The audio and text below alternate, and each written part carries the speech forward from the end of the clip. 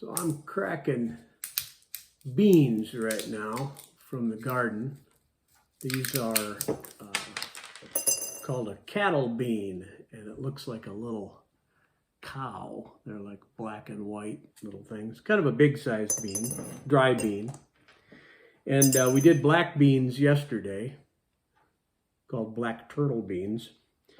And when my wife was helping me, she said, wow, she said, all that work and all that stuff just for one little jar of beans. But I said, it's not about that little jar of beans. It's about gardening for the sensible prepper. Now, I used to be a little bit more of a prepper, spent a lot of money and took a lot of time prepping for shit that never happened.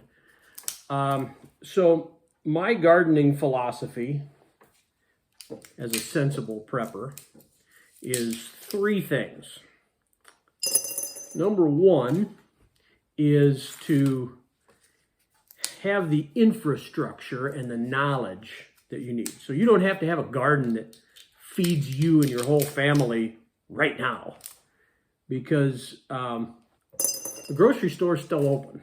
The world hasn't come to an end, and I can still go to the grocery store and buy everything. So my garden doesn't need to feed me and my wife and whoever else shows up at my house right now. But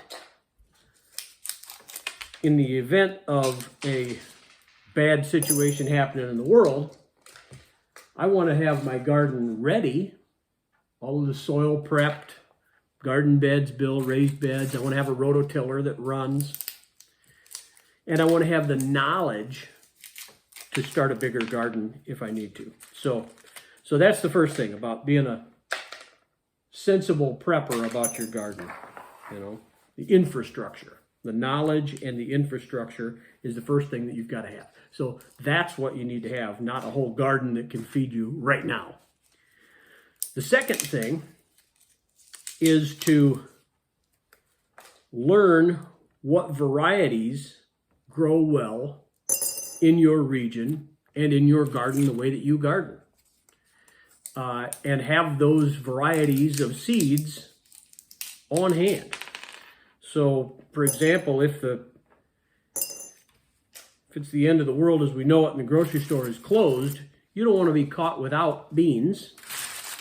You don't want to be caught without potatoes, onions, garlic, tomatoes, all of those staple things.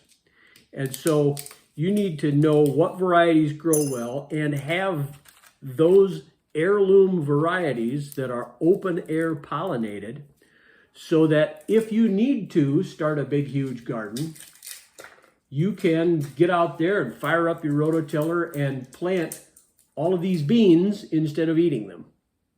Because this was from like 15 bean plants that I planted.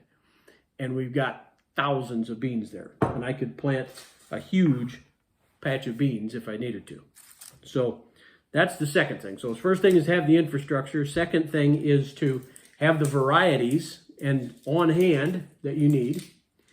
And the third thing is that was a bad one, is to have things that don't need further processing. So that's my latest thing with the garden, especially this year, is to grow things that don't need to be further processed, like these beans.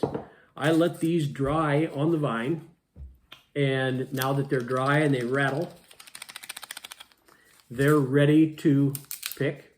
And all I do is put them in a jar and sit them in the house for a couple of days so they dry out just a little bit more. Put a lid on them and you're done. Another variety of things that's good for that is winter squash. We still have some winter squash, spaghetti squash, left over from last year, and it's perfectly fine. It holds all year, year and a half, almost 2 years sometimes, with no problems. And it doesn't need to be canned or frozen or cooked or any of that baloney. You don't need any other infrastructure to do it. You just let them dry in the sun.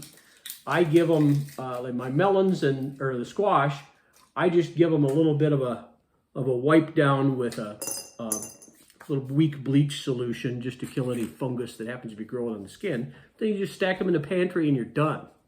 So if you are looking to garden as a sensible prepper, focus not on biting off more than you can chew with a gigantic garden. Focus on having the infrastructure, having the seeds, and those things, those varieties of seeds and crops that don't need any further processing. Because if the power goes out, so does your ability to can, unless you're going to do it over an open fire, and that ain't no fun. So that's my advice as a sensible prepper. Later.